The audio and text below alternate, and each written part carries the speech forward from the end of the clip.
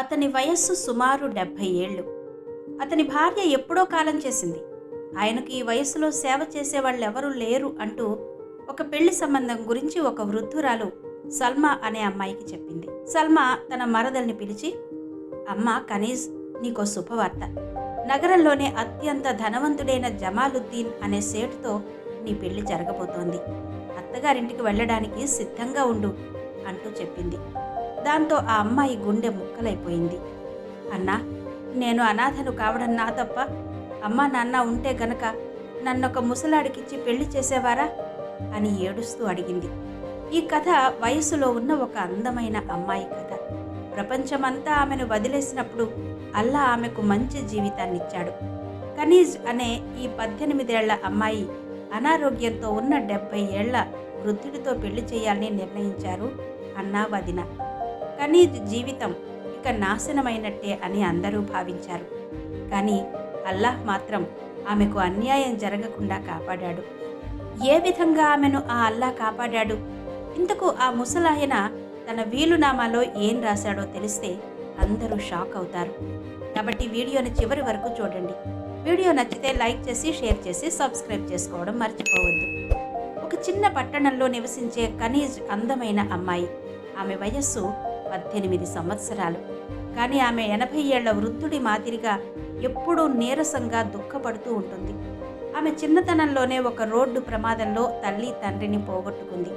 దాంతో ఆ అమ్మాయి తన అన్నయ్య రషీద్, వదిన సల్మా దయాదాక్షిణ్యం మీద బతకాల్సిన పరిస్థితి వచ్చింది. సోదరుడు రషీద్ మంచివాడే, కానీ భార్య మాటకు ఎదురు చెప్పలేడు. సల్మా పొగరుబోతూ భర్తను, మరదలిని అస్సలు లెక్క చేసేది కాదు.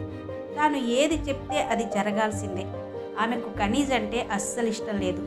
కనీజ్ మాత్రం ఆ ఇంట్లో అలుపు లేకుండా పనిచేసేది. అయినా తినడానికి కూడా ఉండేది కాదు. ఒక్కోసారి 1 గంట ఎక్స్ట్రా నిద్రపోయిందంటే ఇక వాళ్లతో తిట్లు తినాల్సిందే. ఒక్క పని కూడా చెయ్యకుండా మహారాణిలా పడుకుంటుంది అంటూ సూటిపోటి మాటలు వినక తప్పదు. చలికాలమైనా, మండే వేసవైనా ఇంటి పనితో కనీజ్కు సెలవుండదు. సల్మా తన పిల్లలకు నెయ్యితో పరాఠాలు తినిపించేది. కానీ ఎండిపోయిన రోటీనొకదానిని కనీజ్ ముందు విసిరి, తీసుకుని తిను అంటూ విరుచుకుపడేది.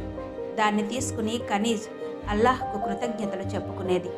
కనీజ్ నిశ్శబ్దంగా రొట్టె తీసుకుని, దేవా, మీరు ప్రతీదీ గమనిస్తున్నారు, నాకు ఓపికను, సహనాన్ని ఇవ్వండి అని కోరుకునేది. సమయం గడుస్తూ ఉంది. చుట్టుపక్కల వారంతా అడగడం మొదలుపెట్టారు. రషీద్ భాయ్, మీ చెల్లెలికి పెళ్ళెప్పుడు చేస్తారు అంటూ. ఈడొచ్చిన అమ్మాయిని ఇంట్లో ఉంచుకోవద్దు అనేవారు. ఈ మాటలు సల్మా చెవుల పడ్డాయి. రషీద్ ఆందోళన చెందడం మొదలుపెట్టాడు. ఎందుకంటే పెళ్ళి అంటే మామూలు విషయం కాదు. కట్నం భారీగా ఇచ్చుకోవాలి. ఇప్పుడు అంత డబ్బు లేదు కదా అని బాధపడుతున్నాడు. అప్పుడు ఒక సంబంధం వచ్చింది. ఆ సంబంధాన్ని తీసుకొచ్చిన ముసలావిడ సల్మా చెవిలో ఏదో గుసగుసలాడింది. సల్మా కళ్ళు మెరిశాయి. జమాలుద్దీన్ అని నగరంలోనే పెద్ద వ్యాపారి. అతని దగ్గర చాలా డబ్బుంది. పెద్ద బంగళా ఉంది. అతనికి ఎవరూ లేరు. కానీ అతనికి అనారోగ్యం. సుమారు 70 సంవత్సరాల వయసు ఉంటుంది. అతని భార్య ఎప్పుడో చనిపోయింది. అతనికి పిల్లలు లేరు. వారికి సేవ చేసే భార్య అవసరం. అతను అమ్మాయి అందం గురించి కానీ, కుటుంబం గురించి కానీ పట్టించుకోరు. చేసుకునే అమ్మాయికి సేవ చేయడం వస్తే చాలు అని చెప్పింది. కట్నం ఇవ్వాల్సిన పని కూడా లేదు. తిరిగి అతనే ఎదురు కట్నం ఇచ్చి మరీ పెళ్లి చేసుకుంటాడు అని చెప్పింది. ఎదురు కట్నం అన్న మాటలు సల్మాకు చాలా నచ్చాయి. అంటే కనీజ్ పెళ్లి చేసుకున్న కొద్ది రోజుల్లో కనీజ్ విధవరాలవుతుంది, కొద్ది రోజుల్లో వితంతువుగా మారుతుంది, కానీ ఎదురు కట్నం వస్తుందిగా అనుకుని సంబరపడింది. అతను 6 నెలలకు మించి లేదా ఏడాది వరకే బతికుంటాడు అని డాక్టర్లు చెప్పారంటూ ఆ ముసలావిడ చెప్పింది.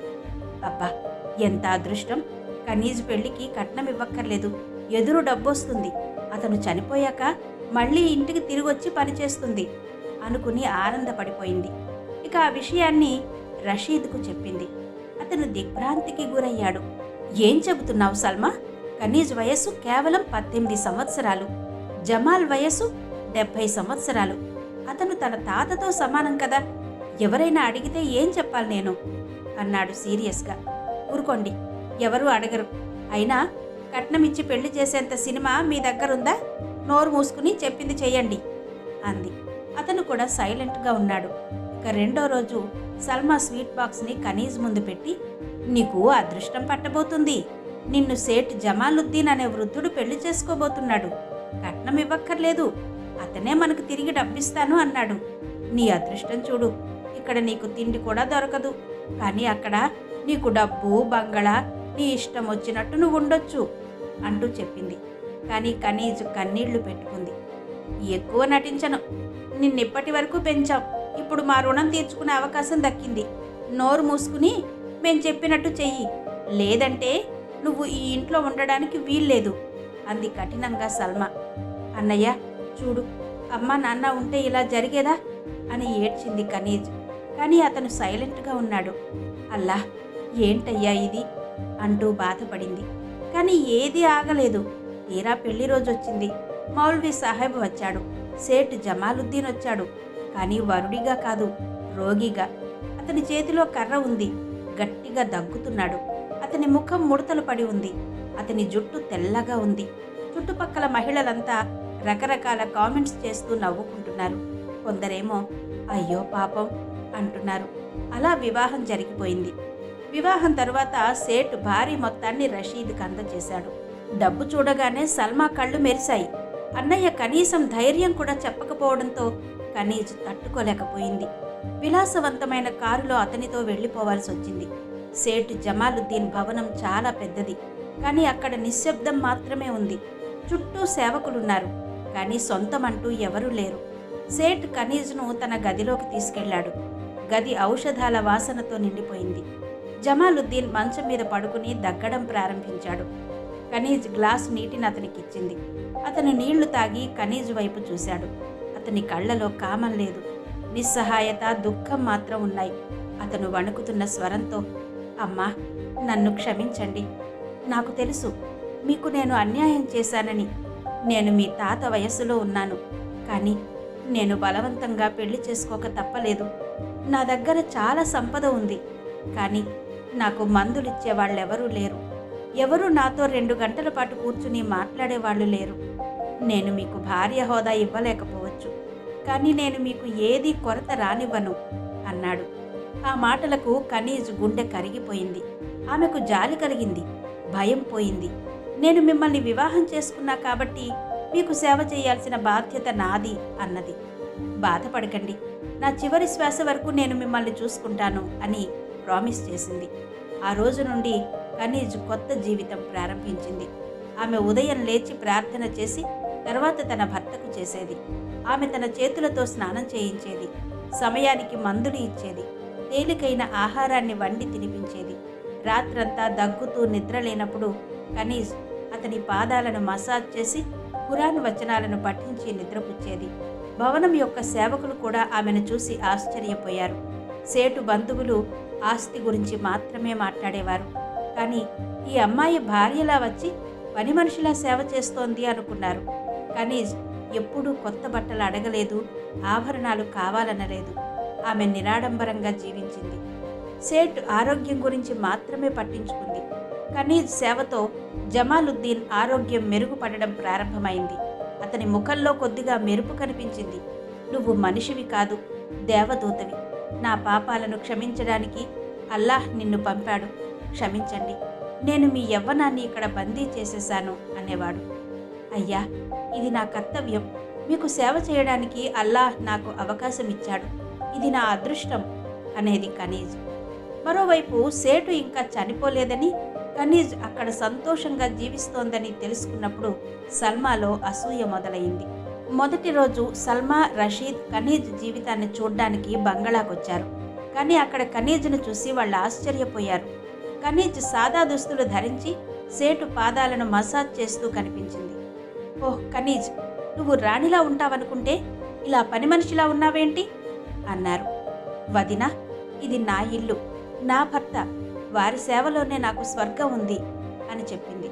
అతను సల్మా మాటలు విని ఈమె చాలా అత్యాసపరురాలు అని గ్రహించాడు. అలా సమయం గడిచింది. 6 నెలలే బ్రతుకుతాడు అనుకున్న అతను 2 ఏళ్లు బ్రతికాడు. కానీ వృద్ధాప్యం, అనారోగ్యం వలన ఒకరోజు మరణించాడు. చనిపోయే ముందు సేటు కనీజ్ను దగ్గరకు పిలిచి ఏడుస్తూ ఆమె కనీజ్ చేతిని పట్టుకుని, నేను నీకు ఎలాంటి ఆనందాన్ని ఇవ్వలేదు, పైగా నాకు సేవ చేశావు.